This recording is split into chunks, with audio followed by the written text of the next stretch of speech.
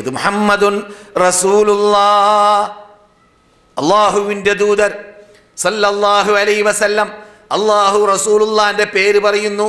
റസൂലുള്ളാഹി സല്ലല്ലാഹു അലൈഹി വസല്ലമിനെ അല്ലാഹു സുബ്ഹാനഹു വ തആല അവരുടെ ബഹുമതിയെ, അവരുടെ ബഹുമാനത്തെ, അവരെ നാം പരിഗണിക്കണം, ബഹുമാനിക്കണമെന്ന് പഠിപ്പിക്കാൻ വേണ്ടി തന്നെ ഖുർആനിൽ റബ്ബുൽ ഇസ്സത്തി ജല്ല ജലാലു നേരിട്ട് വിളിച്ച് അവർക്ക് തക്ലീഫ് നൽകാറുണ്ടായിരുന്നില്ല.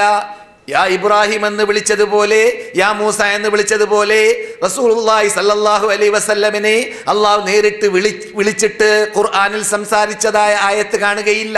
അതേ സമയത്ത് ഖുർആൻ റബ്ബുൽ ഇസ്സത്തി ജല്ല ജലാലു അള്ളാഹുവിൻ്റെ ദൂതരുടെ പേര് പറയുന്നുണ്ട്, റസൂലുള്ളാഹി എന്ന് കൂട്ടിച്ചേർത്ത് അള്ളാഹു സംസാരിക്കുന്നുണ്ട്. അഥവാ അള്ളാഹുവിൻ്റെ ദൂതരാകുന്ന മുഹമ്മദിന് അള്ളാഹു നൽകിയതായ ആ ബാധ്യത, ആ ചുമതല, ആ ഉത്തരവാദിത്വം, അതാണ് ആ ഒലീഫ. മുഹമ്മദുൻ റസൂലുള്ളാഹ്. മുഹമ്മദ് ആരാണ്? അള്ളാഹുവിൻ്റെ ദൂതരാണ്. അള്ളാഹുവിൻ്റെ ദൂതരാണ്. നിങ്ങൾ മനസ്സിലാക്കുന്നത് പോലെ സാധാരണ മനുഷ്യനല്ല മുഹമ്മദ്. പിന്നെയോ അസാധാരണ മനുഷ്യനാണ്. കാരണം സാധാരണ മനുഷ്യന്മാരൊന്നും ദൂതന്മാരല്ല. ദൂതന്മാരാവൽ ആരാണ്? അസാധാരണ മനുഷ്യന്മാരാണ്. എങ്ങനെയാണത്? അള്ളാഹിലേക്ക് എല്ലാ ശക്തികളെക്കാളും കൂടുതൽ അടുത്തവരായിരിക്കും ആര്? നബിമാർ. പിന്നെന്താണ് അവരുമായുള്ള ബന്ധം? അള്ളാഹുമായി ഡയറക്റ്റ്, ഒന്നിരിക്കലോ ഹിജാബിന്റെ പിന്നിൽ, അല്ലെങ്കിൽ നേർക്കുനേരെ ശബ്ദം, അല്ലെങ്കിൽ മലക്കുകളിലൂടെ സംസാരിച്ചു കൊണ്ട് ബന്ധപ്പെട്ടുകൊണ്ടേ ഇരിക്കുന്ന ആളാണ് ആര്? നബിമാർ. റസൂലുള്ളാഹി സ്വല്ലല്ലാഹു അലൈഹി വസല്ലമിനെ എങ്ങനെയാണ് അവരോട് പെരുമാറേണ്ടതെന്ന് പഠിപ്പിക്കാൻ വേണ്ടി ഇവിടെ സൂറത്തിറങ്ങിയില്ലേ? സൂറത്തുൽ ഹുജുറാത്ത് പരിശോധിച്ച് നോക്കുക. എന്തിനാണത്? റസൂലുള്ളാഹി സ്വല്ലല്ലാഹു അലൈഹി വസല്ലമിനോട് നിങ്ങൾ പെരുമാറേണ്ട രൂപം ഈ രൂപത്തിലാണെന്ന് ഖുർആൻ പഠിപ്പിക്കാൻ കാരണം തന്നെ അത് മുഹമ്മദ് മാത്രമല്ല, കൂടെ എന്തുകൂടിയുണ്ട്? റസൂലുള്ളാഹ് എന്ന പ്രത്യേകത അദ്ദേഹത്തിനുണ്ട്. ഈ റസൂലുള്ളാഹ് എന്ന ബാധ്യത, ആ റസൂലുള്ളാഹ് എന്ന ചുമതല അവരിലുള്ളത് കൊണ്ട് തന്നെ, ആ പ്രത്യേകത ഉള്ളത് കൊണ്ട് തന്നെ എല്ലാ സമയത്തും അദ്ദേഹത്തിനോട് ചർച്ച ചെയ്യാൻ നിങ്ങൾക്ക് സാധിച്ചോളമെന്നില്ല. കാരണം അദ്ദേഹം ഒരു പക്ഷേ ജിബ്രീലിന്റെ കൂടിയായിരിക്കും, അദ്ദേഹത്തിന് വഴിയിറങ്ങിയായിരിക്കും, അദ്ദേഹത്തിന് മുസ്ലിം ലോകത്തിന്റെ പ്രശ്നം കൈയാളേണ്ടതുണ്ട്, ചർച്ച ചെയ്യേണ്ടതുണ്ട്, ചിന്തിക്കേണ്ടതുണ്ട്, പഠിക്കേണ്ടതുണ്ട്. അതുകൊണ്ട് എല്ലാ സന്ദർഭത്തിലും അവരുടെ കൂടെ നിങ്ങൾ ഇരിക്കാൻ പാടില്ല. കഴിഞ്ഞ ക്ലാസ്സിൽ നാം പറഞ്ഞു, എന്ത്? നബിയുടെ ഹദറത്തിലേക്ക് നിങ്ങളെ ഭക്ഷണത്തിന് വേണ്ടി ക്ഷണിക്കപ്പെട്ടാൽ ആ ഹാദറായ ഭക്ഷണത്തിന് വേണ്ടി മാത്രം ഇരുന്ന് കൊടുക്കുക. അത് കഴിഞ്ഞാൽ ഉടനെ തന്നെ നിങ്ങൾ സ്ഥലം വിടുക. അവിടെ ഇരിക്കരുത് നബിയുടെ കൂടെ അനുവാദമില്ലാതെ.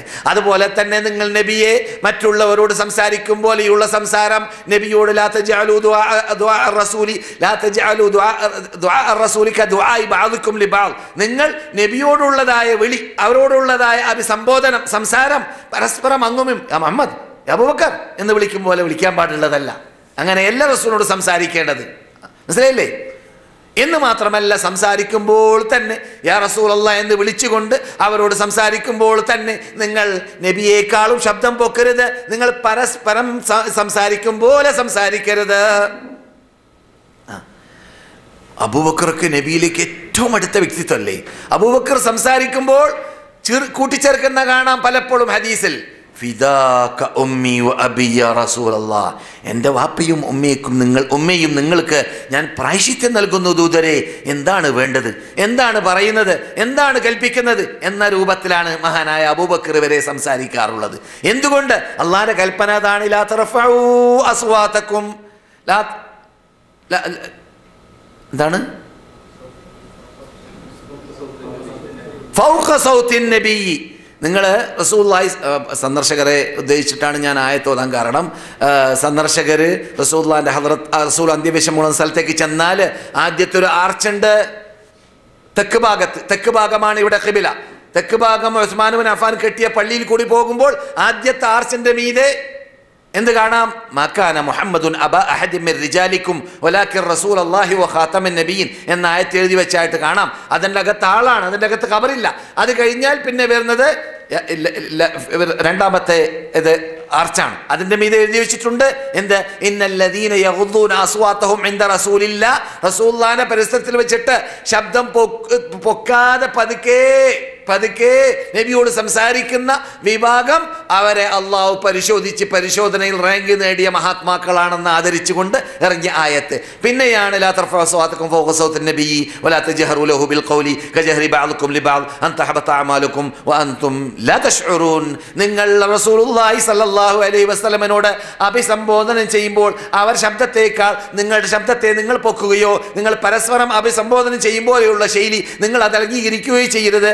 അങ്ങനെ നിങ്ങൾ നബിയോട് അദബ് കേട് കാട്ടുകയാണെങ്കിൽ, മര്യാദ നിങ്ങൾ പുലർത്തുന്നില്ലെങ്കിൽ, അതബോടെ മര്യാദയോട് കൂടി നിങ്ങൾ നബിയുടെ മുമ്പിൽ നിന്നിട്ട് സംസാരിക്കുന്നില്ലെങ്കിൽ, അൻതഹബത അഅമാലുക്കും നിങ്ങൾ ചെയ്ത സർവ്വ സൽക്കർമ്മങ്ങൾ അതിലൂടെ നഷ്ടപ്പെട്ടു പോകുന്നതാണ്.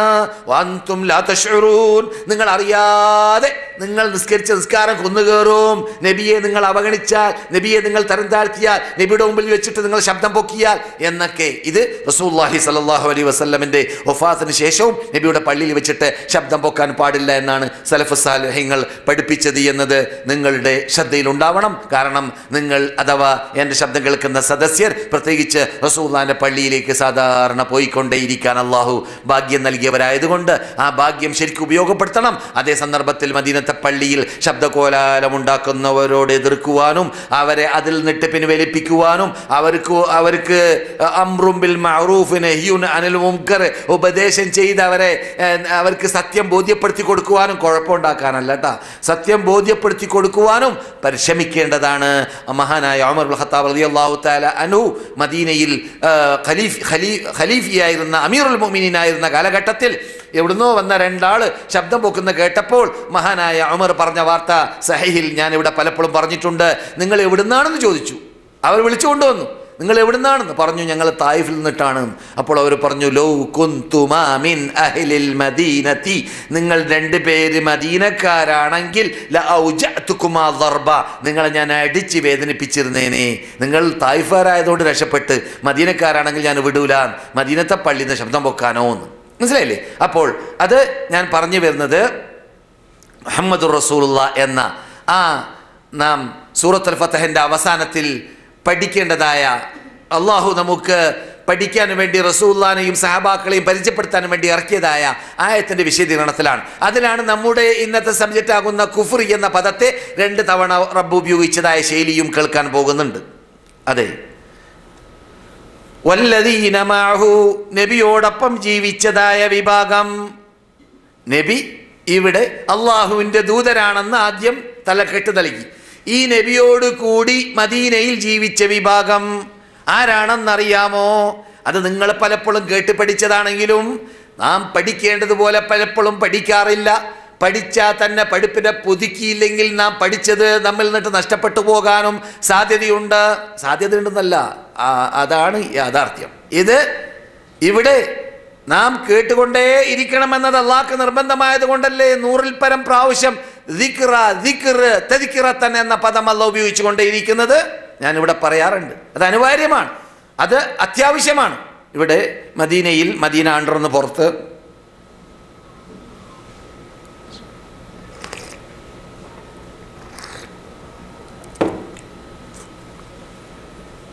അഥവാ ഹറമെന്ന് പുറത്ത് ഒരു വലിയ കമ്പനിയിൽ ധാരാളം മുസ്ലിങ്ങൾ വർക്ക് ചെയ്യുന്ന ഒരു കമ്പനിയിൽ ആ കമ്പനിയുടെ തലപ്പത്തിരിക്കുന്ന കൂട്ടത്തിൽ ഒന്നോ രണ്ടോ മുസ്ലിങ്ങളുണ്ട്. പാശ്ചാത്യ നാട്ടുകാരനായിരിക്കും, അല്ലാഹു അലം. അപ്പോൾ ആ അമുസ്ലിമായ അവരുടെ മുഷ്രിഫ് എന്ന് പറഞ്ഞാൽ ഇന്നത്തെ അവരുടെ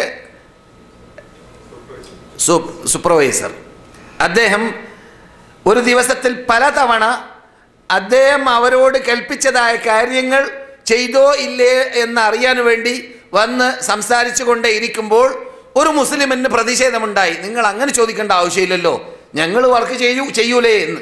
3 ദിവസം മുമ്പ് എൻ്റെ ഓർമ്മ ശരിയാണെങ്കിൽ അതേ സുഹൃത്തിനോട് പറഞ്ഞതാണ്. അപ്പോൾ ആ മുസ്ലിം മൂപ്പരോട് പറയാണ്, പോലോ നിങ്ങൾ 5 വഖ്ത് നിസ്കരിക്കുന്നില്ലേ? ഉണ്ട്. നിങ്ങളുടെ ഇസ്ലാമിൽ നിർബന്ധമായ കാര്യമല്ല 5 വഖ്ത്. അതെ, ഇത് മുസ്ലിങ്ങൾക്കൊക്കെ എല്ലാവർക്കും പരിചയം ഉണ്ട്. പിന്നെന്തിനാണ് അള്ളാഹ് കൽപ്പിച്ചത് 5 വഖ്ത് നിസ്കാര സമയത്ത് ബാങ്ക് കൊടുത്തുകൊണ്ടേ ഇരിക്കാൻ? ആ മുസ്ലിം മനസ്സിലാക്കിയതാണിത്. അത് പലപ്പോഴും മുസ്ലിങ്ങൾ ശ്രദ്ധിക്കാറില്ല.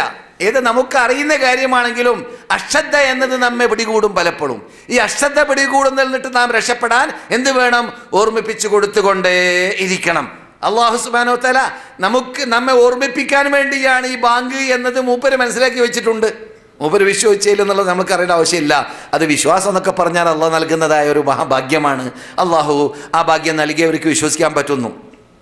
അള്ളാഹു ആയിനത്തിൽ ലോകത്തിലുള്ള ജനതയെ ആസകലം ഹിദായത്തിലേക്ക് എത്തുന്നവരെ പെടുത്തട്ടെ എന്ന് നമുക്ക് പ്രാർത്ഥിക്കാം. പക്ഷെ പറഞ്ഞു വരുന്നത് ഈ ദിക്റ എന്നത് അനിവാര്യമാണ്. ഓർമ്മ പുതുക്കിക്കൊണ്ടേ ഇരിക്കണം.